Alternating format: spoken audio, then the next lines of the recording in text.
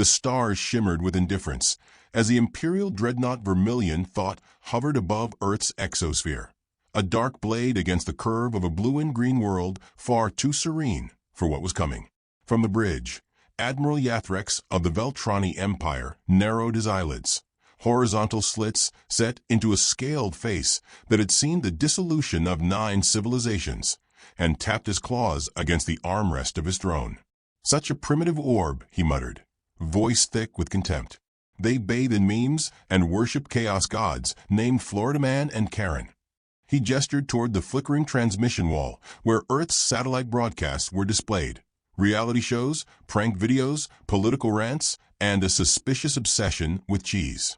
"Perhaps we've misread the threat, Admiral," offered Sub-Warlord Caver, a tentacled strategist who spoke through a translator's slab attached to his chest.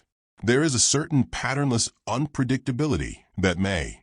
"They send dancing teenagers to represent themselves," Yathrex growled. "This planet is a comedy of errors, not a fortress.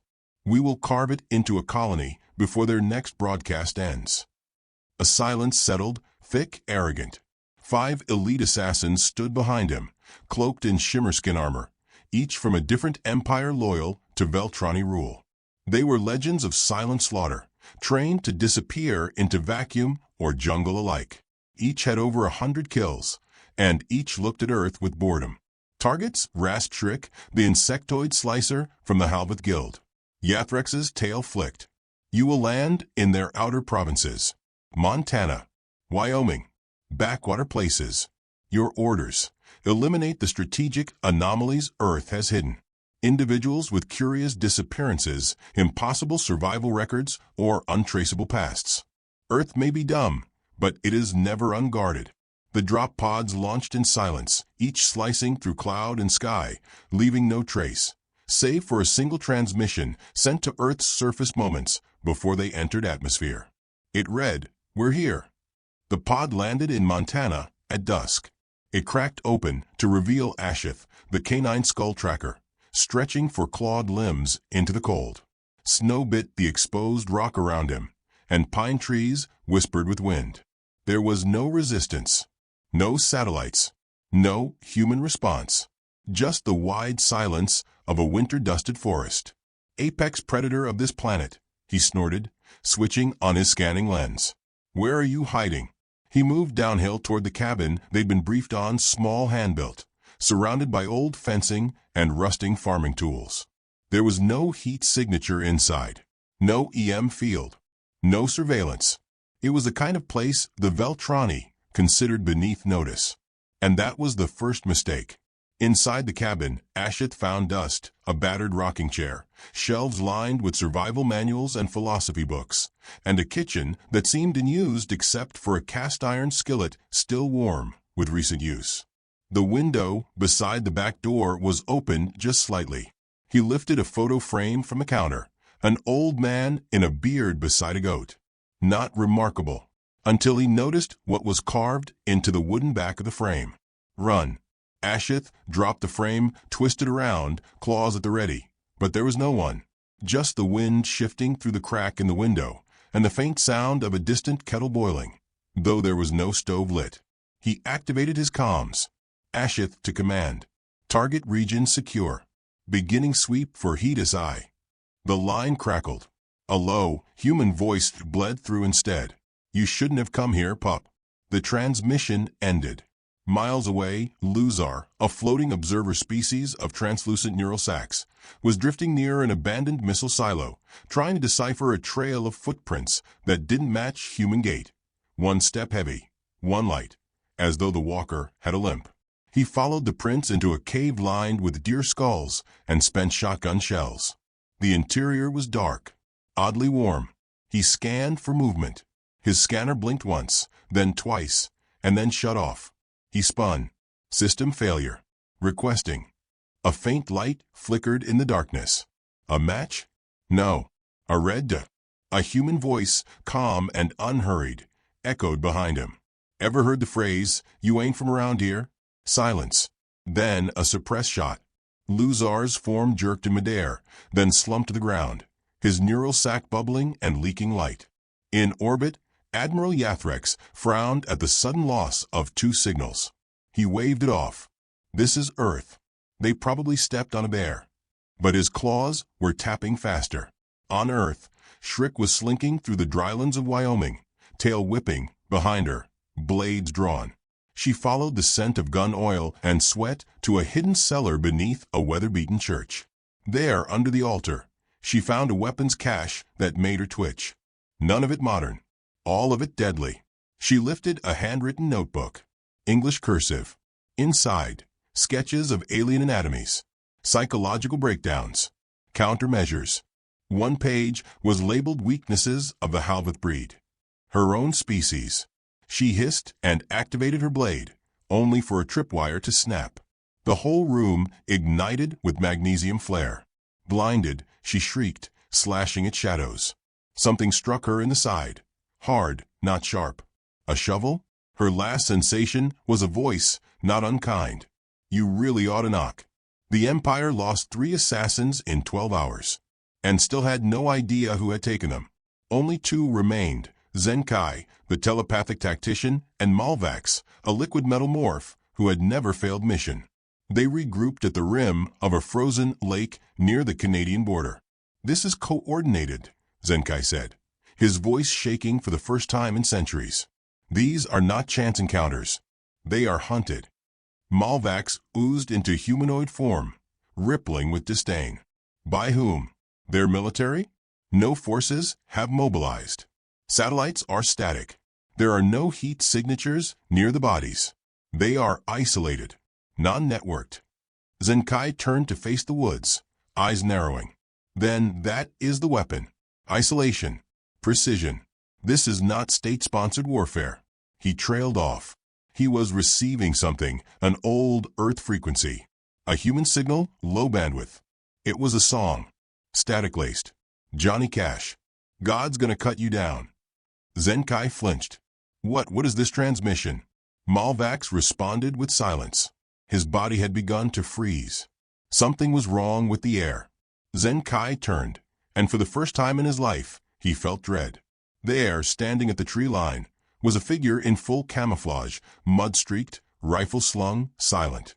The human's face was partly in shadow, but his eyes were clear, unblinking. He stepped forward slowly, not rushing, not speaking. The way a mountain lion doesn't need to roar when it's already behind you. Malvax surged forward to engage, his limbs slashing into spears. He stopped mid-motion. He looked down. He had stepped onto a patch of soil slightly darker than the rest. C4. The explosion was quiet, controlled. Zenkai was thrown backward, landed in the snow. Deafened. Dazed. He looked up to see the human kneeling beside him, calm. The man tilted his head. You got any more friends coming? Zenkai tried to speak. Failed. His mind was trying to reach out, to probe, read, understand. But all he found was static. Nothing inside the human could be mapped. No fear. No confusion. Just silence. I don't like killing folk, the man murmured, almost kindly.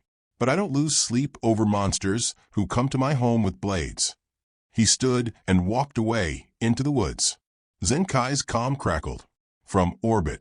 Status report, Yathrex demanded. Report. The signal ended. Back on the dreadnought, the admiral clenched his jaw. Begin fleet mobilization. We're going in ourselves. But in the shadows of the Empire's greatest warship, someone else watched. A human woman, mid-40s. Blonde hair pulled back. Glasses on the tip of her nose.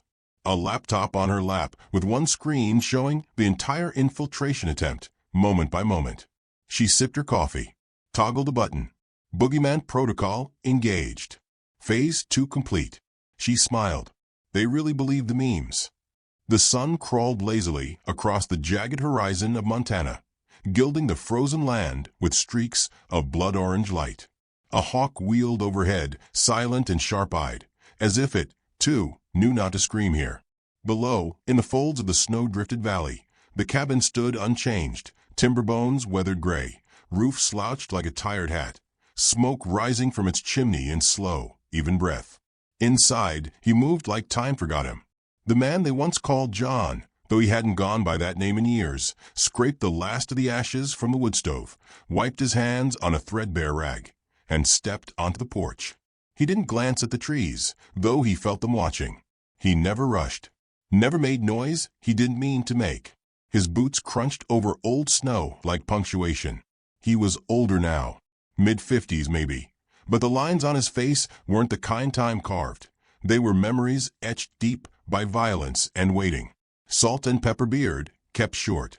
Eyes a strange kind of blue, too pale for kindness, too calm for rage. The goats bleated as he passed, and he grunted back like it was part of the morning ritual. He fed them, checked the fencing, noted the faint drag marks near the perimeter. Claws, not paws. Not local, not coyote. He said nothing. In a hidden draw by the fence post, half concealed beneath winter's old blanket, was the body of a creature not made for snow. Skin like burnished coal, armor peeled back. It hadn't died messy. One round clean, just behind the eye. He didn't bury it. He wanted it to be found. That was the whole point.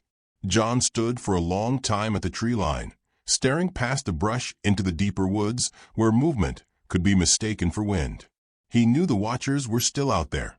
The last two hadn't run, which meant they were thinking, coordinating, waiting for him to slip. They didn't understand. He didn't sleep. He waited. He turned without a word and returned to the cabin. In the dim light of the main room, he lifted a false panel in the floor. Beneath it, steel. Row after row of cases with stenciled labels in blocky, fading type. Ghost programs. Black budget toys that never made the records.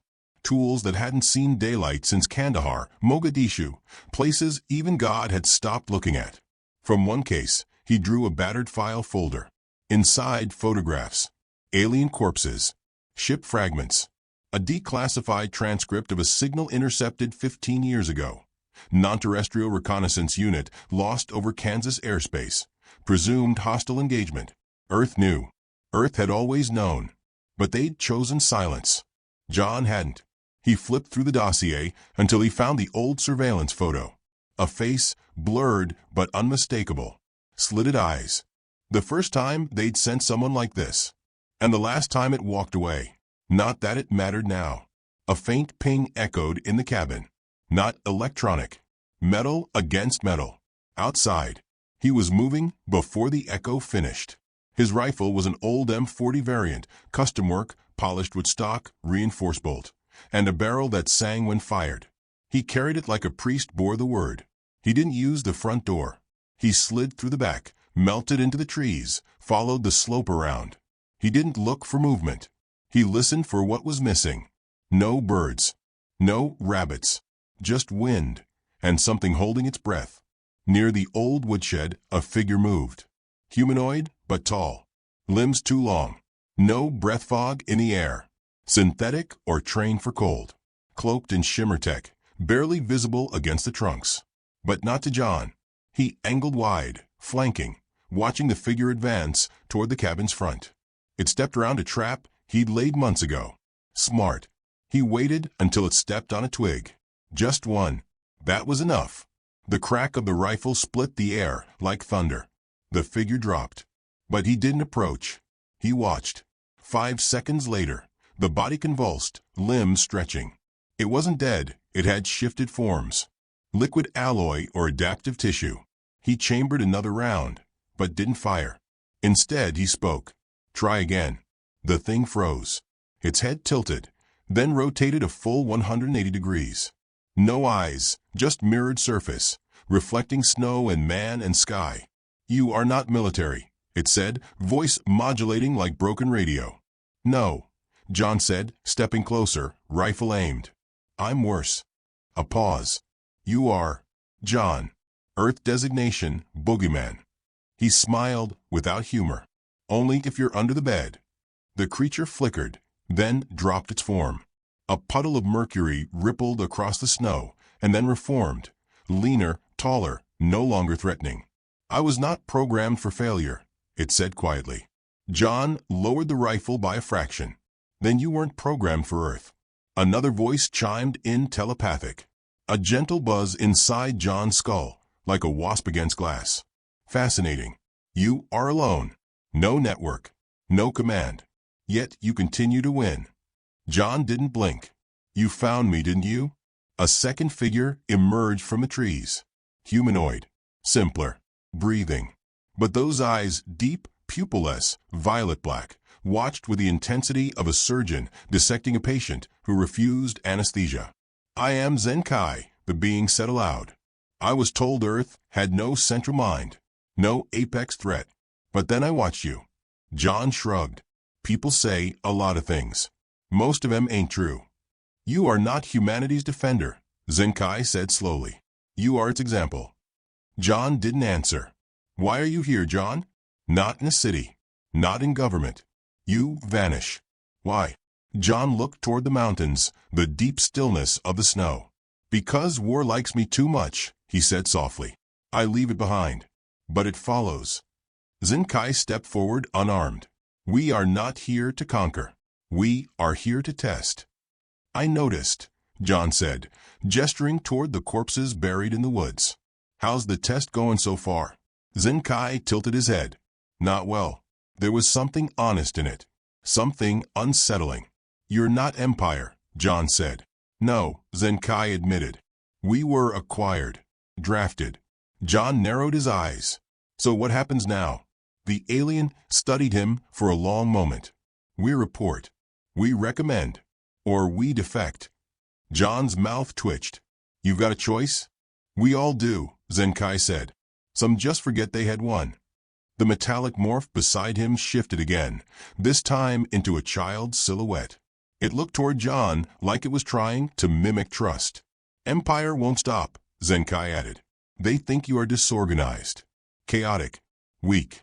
But they don't understand chaos is your camouflage. John looked down at the snow, then nodded. You tell him that. Word for word. The alien's brow furrowed. Why would you let us leave? Because I don't want war, John said. But I remember it. I remember it real well. So when it comes again, and it will, I wanted to know whose doorstep it knocked on first. Zenkai nodded, slowly. Then they vanished, no light, no sound. Just absence. John waited in the cold for a long time after. Not because he feared betrayal, but because old habits died slow. That night, he returned to the cabin, fed the goats, sat on the porch. Inside, the fireplace flickered low. Beside it, an old rotary phone that shouldn't have worked in years. It rang once. Just once. He stared at it. Then answered. A female voice spoke, warm and quiet. Phase 3 is ready. When you're ready. John stared into the dark. I never stopped being ready, he said, and hung up. Behind him in the shadows of the fireplace, a dusty framed photo stood upright on the mantel.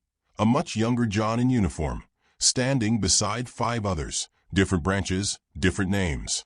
Only one word written in faded pen along the bottom. Company. The sky cracked open just before dawn, 3 streaks of silver cutting across the Montana stillness like surgical blades. To anyone watching, they might have looked like falling stars. But stars didn't hum with kinetic potential. Stars didn't carry war in their bellies. John watched from his porch, a cup of black coffee steaming between weathered hands. He didn't flinch, just took a long, quiet sip, as if nothing out of the ordinary was happening beyond the horizon. The goats stirred uneasily behind him, but even they had learned that when he didn't move, neither should they.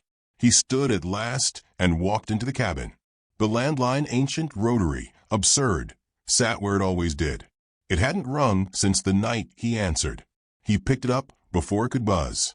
They're landing, the voice on the other end said. John didn't ask how she knew. Bring the others, he said. No confirmation. Just a soft click, like the last breath of a dying machine. Within an hour, the company arrived, not from the sky, not in glowing ships, but in beat-up trucks that smelled like diesel, dust, and regret. One by one, they rolled in like specters, summoned by the smell of gun oil and unfinished business. No uniforms. No rank. Just history on wheels. First came Boone, the Texas rancher.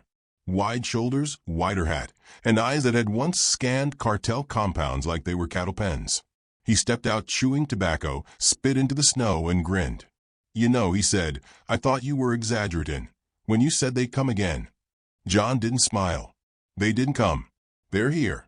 Boone nodded and opened the back of his truck. Inside, old crates hand-marked in Sharpie, noisy cricket, EMP arrowheads, tannerite presents. The gear wasn't standard. It was personal. Next was Lena, the ex-CIA analyst. Wheelchair now, after Langley's betrayal left her with more shrapnel than spine. But her mind was faster than ever. She rolled out of a matte black van with a tablet mounted on one armrest and a 9mm sidearm strapped across her thigh like a fashion statement. She glanced around. "Still smells like goat piss and pine needles." John nodded. "Wouldn't be home without it." Then came Abrams, oldest of them all, 72, eyes like gunmetal and hands like bone wrapped in leather. He stepped down from a Jeep that looked like it had been rebuilt from war scrap. A long, scoped rifle rested against the passenger seat like an old dog. "I missed this silence," he said softly. John looked at the empty valley behind him. "Enjoy it. Won't last." Finally, the woman from the line arrived. Her name was June. Military intelligence, long since burned off paper. She didn't speak as she stepped out. She just opened the trunk of her car, revealing a case unlike the others, polished, black, and sealed with biometric locks. It hissed open to reveal something neither old nor new, something experimental, humming faintly with a low red pulse. John looked at it. "You sure it's stable?" June gave a dry smile. "Stable's a luxury. This is useful." Together, they entered the cabin. It wasn't built for 5, but they didn't complain. They sat around the table like they had years ago, when the world was colder, and none of them expected to live this long. Lena tapped her tablet, bringing up Earth's low-orbit scans. 3 vessels entered Atmo. 2 were decoys. 1 is the real package. It's cloaked, but I tracked the energy bleed. She pointed to a spot west of them. They landed in Glacier Basin. Subtle, remote, and they think we won't find them before they mobilize. Boone leaned back. "Well, bless their little space hearts." Abrams scratched his beard. "They still think we're scattered. That Earth doesn't coordinate." "We don't," John said. "Not officially." June folded her arms. "But we're enough." They all looked at each other. Age showed differently on each of them. Scars, posture, the quiet that grew between words. But it wasn't age that defined them. It was experience. And the Empire hadn't calculated for experience that came without medals or chains of command. Just memory. Just pain turned into instinct. "All right," John said. "Same rules. No trace. No prisoners. No noise." Boone raised an eyebrow. "Still allergic to glory?" John didn't answer. He didn't need to. They split before dusk. Lena stayed behind. Her hands danced across keyboards, linking satellites, rerouting surveillance feeds, piggybacking off NOAA weather stations to create static masks. If the Empire was looking down, all they'd see was snow. Boone headed south with a satchel of pipe bombs disguised as elk feed. He knew the land, knew the scent trails, the ridgelines. He laid traps not for damage, but for message. One would sing Sweet Home Alabama before detonation, just because he could. Abrams climbed the ridge with his rifle. He didn't speak, didn't need to. Every tree was a friend. Every shadow knew his name. He found his perch, steadied his breath, and watched the basin below like a god with old bones and unfinished prayers. June went east to intercept the scout drones. She carried nothing but the black case and a small radio tuned to a frequency the Empire had dismissed as static. But static had secrets, and she whispered into it like it would listen. John went west, where the real threat waited. He moved like part of a land, disappearing between wind gusts. When he reached the basin's edge, he saw them. 5 new figures, taller than the first batch, armor like obsidian, etched with crimson veins. They moved with ceremony, with confidence. The Crimson Choir. He'd heard the name once. A whisper in a debriefing years ago. Operatives forged from conquered species, trained to break empires before breakfast. They didn't take trophies. They took echoes. He studied their formation. Tight, disciplined, predictable. Then he broke a branch on purpose. One turned. Too late. A wire trap snagged their foot, hoisting them upside down. Before the others could react, a flare lit the sky, bright and white. From the ridge, Abrams fired once. The choir scattered. Boone's trap sang. Turn it up. Boom. The valley erupted in orchestrated chaos. Controlled. Directed. John moved like a rumor, appearing where he shouldn't, vanishing where they looked. He didn't shoot to kill. He disarmed. Disoriented. He wanted one of them to survive, to report, to remember. He got what he wanted. The last choir member standing, a broad-shouldered brute with twin plasma axes, came at him with a roar that could have cracked bedrock. John waited, then rolled under the first swing and drove a knife, not into flesh, but into the brute's belt. A small device beeped once, then projected an image into the air. It was a photo. The first assassin team. Dead. Names labeled in English. Underneath, next time, send more interesting guests. The brute froze. John looked him in the eye. Go home. The brute ran. The next day, they met again at the cabin. Abrams had a bandage on his arm. Boone was grinning like a man who'd found his favorite barstool again. Lena rolled in with fresh satellite footage. June set the case on the table. I intercepted their emergency call, Lena said. It didn't go to the Empire. John frowned. Then where? She turned the tablet to show him the decrypted message. It was coordinates. Deep space. Someone else is watching this, she said. And it ain't just their bosses. June tapped the case. If we deploy this now, we signal every listening ear in the quadrant. John stared at it for a long time. What's it do again? Boone asked. June smiled faintly. It speaks in a language they all understand. And that would be? Abrams asked. She opened the case. Inside was a single item. A burned, dented helmet from one of the first alien assassins. Mounted to it, a GoPro. Still recording. Lena clicked it on. The last thing it captured, John's face. Calm. Direct. A soft voice. You came to the wrong planet, sweetheart. Then static. John looked around at his old friends. His family, in everything but name. They wanted a warning, he said. Lena nodded. You gonna give it to M? John poured himself another cup of coffee. This one didn't steam. He didn't seem to notice. No, he said quietly. I'm gonna give them a reminder. Outside, the wind picked up. But it wasn't cold that made the trees shudder. The stars above Earth began to vanish, one by one, not by the sweep of night, but by the slow descent of the Empire shadow. They came in silence. 30 vessels in total, each the size of a continent's capital, shaped like blades dulled by arrogance. Their hulls were blacker than vacuum, rippling with defensive fields and ancient markings from 100 conquered races. At the head of this unholy procession sat the reckoning bell, the Veltrani Empire's flagship, its core burning red like the slow heart of a dead god. Inside, Admiral Yathrex stood before the central console, claws digging into the obsidian edge as his generals bickered around him. They slaughtered the Crimson Choir. No, they embarrassed them. And now they taunt us? They send helmet footage and war songs, Admiral. They declared nothing, Yathrex hissed. Which is how they declare everything. Silence swept the bridge. A junior officer stepped forward, trembling. Admiral, we've received a new signal. Encrypted analog frequency. Primitive. Play it. Crackling static. Then a man's voice, slow and honey-thick, with American sarcasm.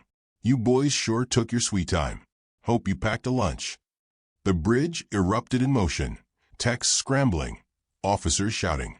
Yathrex only stared forward. This is bait, he whispered. Then why come, one dared to ask. The Admiral's tail curled. Because this bait has teeth. On Earth, the company gathered again, this time not in the cabin, but beneath it. Most never knew the bunker existed. A relic of the Cold War, buried deep in rock and paranoia. Repurposed by those who never stopped believing the sky might fall. Lena rolled past rusting tanks of inert gas and humming panels stitched together from 5 decades of forgotten science. I've activated every civilian weather satellite and hijacked 6 telecom constellations. They'll see what we want them to see, and not a flicker more. June adjusted the biometric scanner on the warhead case.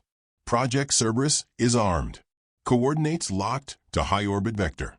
EMP radius is conservative, won't fry the ISS. Boone whistled. We sure about launching from the moon.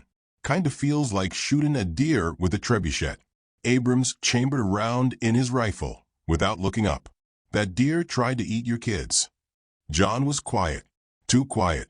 He stood at the map, fingertips pressed to the topographic readouts, Glacier Basin, the ridge, all the places they'd bled and buried. But his eyes were distant, fixed not on land, but memory. I want one alive, he said at last. Boone scoffed. We're outnumbered 50-1. John's voice didn't rise. Still. June nodded once. I'll rig one of the retrieval drones. No kill switch. Lena turned her chair, eyes narrowing. John, what's this about? He hesitated, then spoke. We never stopped watching them, even before Kansas, even before the Tunguska lie. But Earth wasn't ready. Too fragmented. Too busy pointing guns at itself. So we waited. We baited. We prepared. He tapped the map. And now they think they're here for conquest. He looked up, and in that gaze so still, so old, was a terrible calm. They're here for lesson 1. The company moved with purpose now. Each had their rhythm. Boone with the traps, laying charges in places no man had touched in 50 years. Lena coordinating false weather patterns to scramble orbital targeting. Abrams positioning himself miles out, watching the clouds swell with war. And John, he walked alone into the basin. He carried no gun, only a flare and a shovel. At the center of a clearing, beneath the falling snow, he stopped and lit the flare. A thin trail of red smoke curled into the sky, defiant and unmissable. 30 miles above, aboard the Reckoning Bell, alarms blared. Human presence. Solo. No armor. No escort. Yathrex narrowed his slitted eyes. Send a unit. Observe, do not engage. 12 drop pods screamed through the atmosphere, their descent breaking the clouds like iron rain. They landed in a circle around the flare. The snow sizzled against the heat of their armor. And there stood John, worn coat, mud-caked boots, face calm, eyes unreadable. He didn't flinch when they raised their weapons, didn't speak when they scanned him. Only when the last one stepped forward did he move. He bent, drove the shovel into the earth, and began to dig. For a moment, even they didn't know what to do. He unearthed something metal, a capsule, cylindrical, marked with Veltroni script. He tossed it to the leader's feet. The leader scanned it, froze. What is this? The creature barked. John finally looked up. Something you left behind in '87. You thought we never found it. More pods landed. More soldiers. A ring of black and red armor, surrounding one unarmed man and a box of recovered alien tech. One of them tried to step forward. John raised a single hand. You move, he said softly, and the moon gets angry. They laughed, until the earth itself vibrated. The clouds parted, not by weather, but by command. And the moon blinked. Not metaphorically, literally. A slit opened across the sea of tranquility, folding back like an iris. Beneath it, steel. Wires. Motion. The forgotten project. The one Earth had never declassified. The thing built with pieces of downed ships and long-buried tech, reverse-engineered by minds too stubborn to know fear. Project Cerberus. It charged not with fire, but silence. Lightless energy gathered into a core, and above the Earth, hundreds of satellites began to malfunction. A voice filled every channel the Empire had open. Consider this a courtesy ping. Then Cerberus fired. It wasn't a beam. It wasn't a missile. It was a pulse. A wave of magnetism so dense and so precise that it shut down 25 orbiting ships in one sweep. Engines failed. Targeting systems collapsed. Weapons went dead. Gravity twisted for a heartbeat. And then stillness. Only the reckoning bell remained functional, its shielding old but deep. On the surface, the soldiers faltered. And that's when Abrams fired. He wasn't aiming for the lead. He hit the one to the left, hard enough to knock the soldier sprawling, gasping. Then chaos. Boone's charges lit the tree line, forcing the troops inward. Lena hacked into their suit comms, flooding them with white noise and radio gospel. June triggered the retrieval drone, swooping in low, dragging one stunned soldier into containment before the rest could react. And John? He stood still, until one charged him. He stepped sideways, fast, precise, grabbed the arm, dislocated the elbow with a movement that looked like mercy. "Tell your admiral," he said as the soldier writhed, "we were never prey." Above, aboard the reckoning bell, Yathrex watched in horror as ship after ship dimmed, collapsed, fell into the Pacific with all the grace of falling steel coffins. His comms flared. A single feed. The captured soldier's helmet. John's face filled the screen. "You were warned," he said. "We just made it interesting." Yathrex bellowed. "Fire everything. Burn that continent to ash." But no weapons responded. The systems were silent. The sky had closed his mouth, and Earth was staring back. On the ground, John stood over the wounded. The soldier reached for a blade. John kicked away. "You can still leave," he said. "Not all of you, but enough to whisper." Snow fell again, light, soft, as if the world had exhaled. Lena's voice crackled through his earpiece. "Retrieval successful. Moon gate closed. Satellite net rebooting. Want a wrap-up?" "No," John said. He looked up at the heavens. Let him wonder. He walked back toward the tree line, footsteps slow, deliberate. Behind him, the surviving aliens huddled together, leaders now humbled, elite now grounded, watching a man vanish into the pines like myth. Back at the cabin, June sat beside the radio. "Think they got the message?" John entered, shrugging off his coat. "Doesn't matter." "Why not?" He sat, stirred the fire. "Because the trap wasn't for them." June frowned. "Then who?" John looked into the flames and smiled. "For whoever sent them."